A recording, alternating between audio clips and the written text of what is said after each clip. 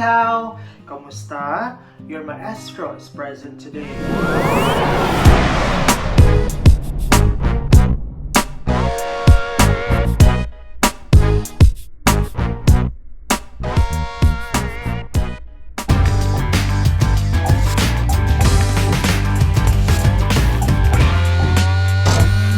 For today's vlog, I'll be sharing my experiences when I applied last year through the TFETP program, and I'll be sharing also some of the emails that I had received from them so that you will have an idea of the timeline that I had last year. But of course, it will be a different timeline for this year. Stay tuned, and I hope this video will help you, enlighten you, and motivate you to pursue your dreams and to continue even though medyo mahirap kumuha ng appointment sa DFA and sa TECO for authentication. So, laban lang.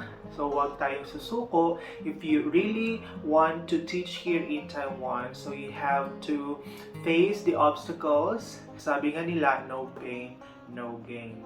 So, shall we start?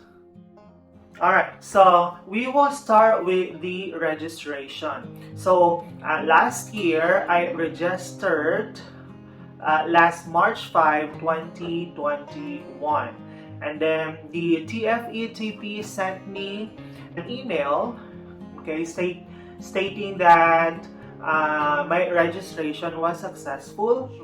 I started to apply in March 5, 2021 because as I have said last time, so hindi nasunod yung timeline ng TFETP last year. So that is why medyo late na yung deadline ng application para sa mga applicants last year.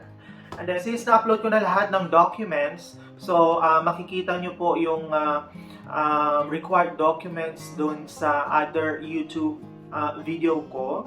So ilalagay ko lang po sa description and the link of my video so that you can check it out. So, the second email na natanggap ko sa kanila is the recommendation incomplete.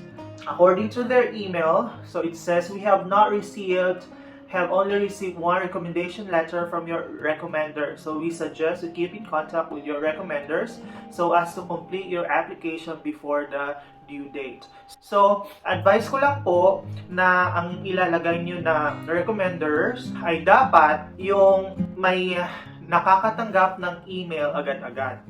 I mean, they can check their email or you have to remind them na nilagay nyo sila as your recommender para ma-check nila yung email nila because they need to fill out something. Parang doon nila itatype yung recommendation letter nila and then merong checklist na kailangan nilang sagutan. So, yun yung para sa recommendation. So, in my case that time, so, you have to be careful also because in my case, last time, yung email address ng isang recommender ko is mali. So, you have to be careful na tama yung email address nila para maiwasan yung delay. Okay, so in May 6, so I received another email from them na yung application ko is incomplete.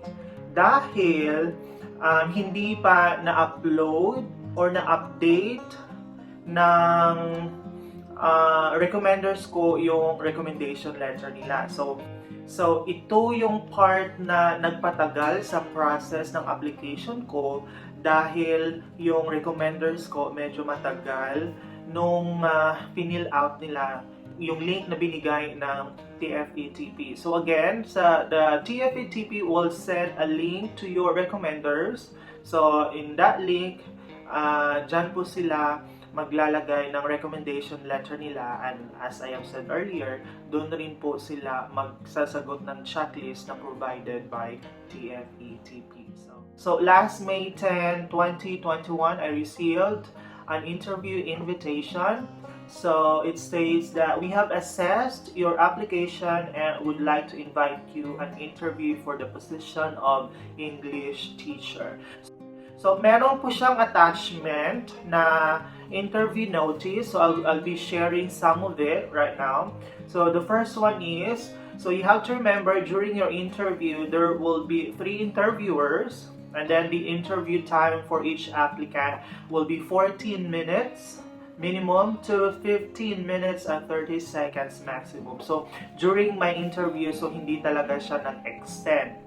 Okay? So, on the dot talaga siya. Mag-i-end siya ng 15 minutes and 30 seconds. And then, the TFETP staff would contact you through Skype 15 to 20 minutes prior your interview. Then, you will have to test your webcam, your internet connection, and audio and video device beforehand and be ready on time. During my time, I think my video was off. Nalaman ko na lang na off yung video ko after the interview because sinabihan ako sa Skype na off pala yung yung video. So hindi ko siya nakita agad during my interview dahil nakafocus ako sa interviewers, sa mga tanong nila, at of course you need to answer the questions properly. And then if you want to know or if you want to have some ideas about the questions that they asked me during my interview, so you can check also my other vlog, my other video. So I will include it sa description part ng video na to. And then the last one, so a bell will ring once at 14 minutes, ring twice at 15 minutes, ring 3 times at 15 minutes and 30 seconds, and the interview will end immediately. So, at the last part of the interview, I think after na yung 15 minutes and 30 seconds, so the interviewers or one of the interviewers will ask you kung saan banda ka sa Taiwan gusto mong ma-assign na school. Okay? So during the time, so I told the interviewers, so I want to be assigned sa Taichung since I was working during that time in Taichung also. And then they will ask you kung saan level ka ba interested na mag-teach. So in my case, so I said elementary and junior high school during that time. So that is why binigyan nila ako ng elementary school as my school placement dahil na-mention ko na I am willing to teach in elementary. So if you're not willing to teach in elementary, so don't say it. So just stick to junior high school para yung reference na gusto mo is masunod nila, and you have to decide also kung which part of Taiwan ka magtuturo. So, if I recommend dito sa Taichung, medyo mababa yung cost of living compared to Taipei. So, maybe you can consider Taichung also. Kaohsiung is, I think, next to Taipei na medyo mahal. So, you can try Taichung, Hsinchu, or perhaps Taoyuan. Okay, yun mga city na medyo mababa yung cost of living, especially for the apartment. Dahil sa Taipei, masyadong mahal yung apartment nila. Okay. And then the next email that I received from the TFETP is the application result. So it was sent to me last June 27, 2021. So the email states that after careful consideration, the recruiting committee are pleased to make you a conditional offer for the position of English teacher. After ng result ng interview mo, yung binibigay muna nila is your parang conditional offer muna. Dahil meron pang requirements na kailangan kung i-submit.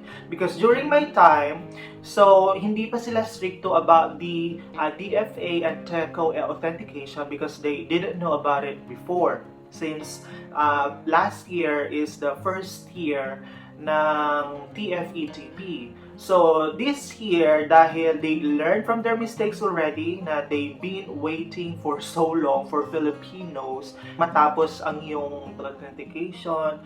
So that is why this year nagiging stricto na sila. Siguro they don't want to wait for too long.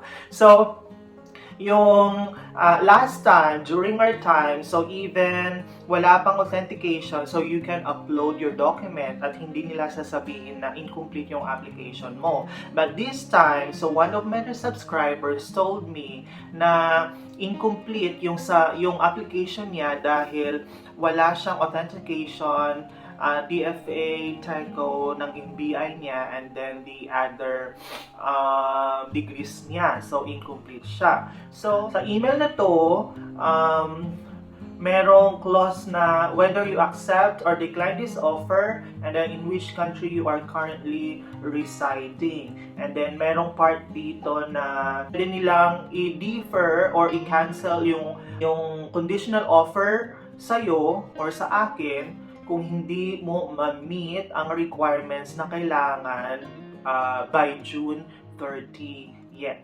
So actually during that time, marami silang dinifer na conditional offer sa mga Pinoy dahil nga sa pandemic at dahil nga sa matagal na proseso na kailangan natin gawin upang makapunta dito sa Taiwan. Aside from authentication from the DFA and TECO, so you need to undergo the visa application and the POEA application para lang makakuha ng OEC na isang pirasong papel. So, medyo madugo yung proseso actually. So, na-experience ko na rin yan dati, 3 years ago. Yeah, so actually umuwi pa nga ako ng Pinas and then I stayed there for a month. So during that time, meron na po akong work permit dito because the director, as I have said from my previous vlog, the director told me that I can convert my tourist visa to work visa, pero hindi pala. Hindi siya pwede para sa mga Pinoy.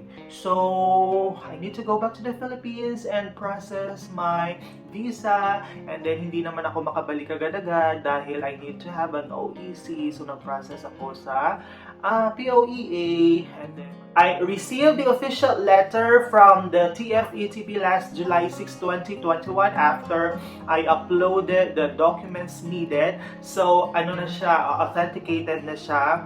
TECO, DFA and TECO authenticated.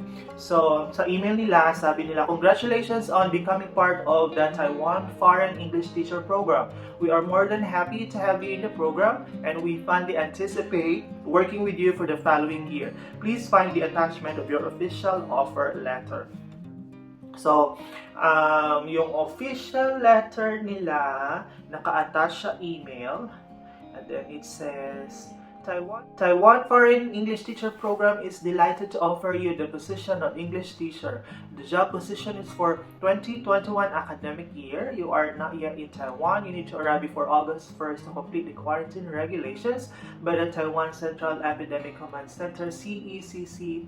So, meron pang mga other clauses sa official letter nila.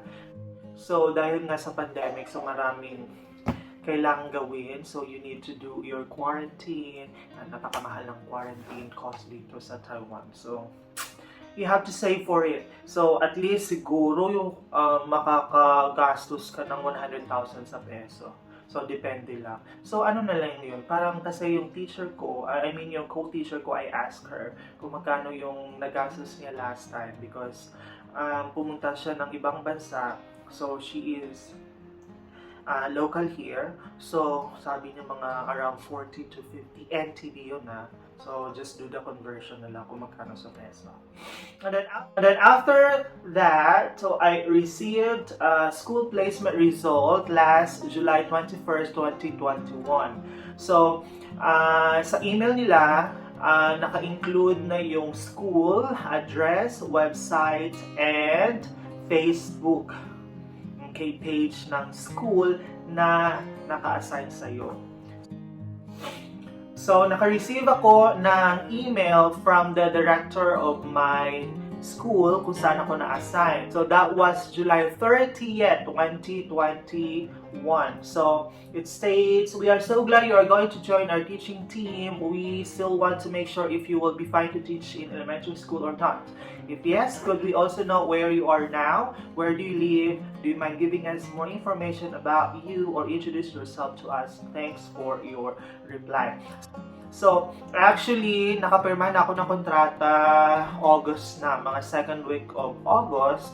And then, I started to work mga last week of August na dahil 2 weeks yung processing ng work permit. So, imagine, yung supposedly I have to start second week of August. But since dahil nga maraming delay last year yung TFETP, so hindi nila na sunod yung timeline nila. I want to discuss about the application timeline this year, this 2022.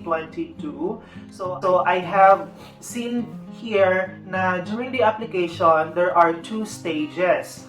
So, meron silang from January 1 to March 31st, the first stage, and merong stage 2 from April 1st to May 15th. So, if I interpret these 2 stages, so parang hanggang May 15 yung deadline ng application. So it means if you cannot complete your application within March 31st, so they maybe the TFETP will give you a chance to complete your application before or by May 15. So for those na nagwo-worry na hindi pa nakapag DFA TECO authentication, so my advice, just apply, okay, create an account, submit the documents kahit wala pang authentication from DFA and TECO dahil mag-email naman sila na your application is incomplete. At least you can give them heads up or you can email them back na on process na yung authentication mo sa DFA and TECO. Can tell them na naghihintay ka pa ng appointment na available para ma-upload mo yung authenticated. Who knows, magbibigay sila ng extension pa after May 15 kung hindi nila ma-meet yung quota nila this year. So, that is my advice for those applicants na just create an account and upload the documents needed even without the authentication from DFA and TECO. Okay? So, kasi hindi naman natin malalaman kung hindi natin matatry kasi who knows, mayroon silang deadline again after May 15 because sometimes TFETP does not follow their timeline. And then for interview, so there are also 2 stages. So during our time, I think there are 3 or 4 batches. So in my case, I was scheduled for the first batch. Pero may nagka-problema sa link. So I cannot open the link. And then when I opened it, so wala nang available na slot. So second batch na yung interview ko. So okay lang naman. And then the application result here, meron ding 2 stages from contract signing to work permit application and visa application. So if I interpret these stages again, so merong yung applications na ma-complete before or by March 31st. So you expect your interview, okay, under stage 1 na schedule din. So if you complete your application, okay, after March na, okay, between April and May, so So you focus with the stage 2 schedule from application to visa application. I'll be answering some questions of my subscribers regarding the TFETP program.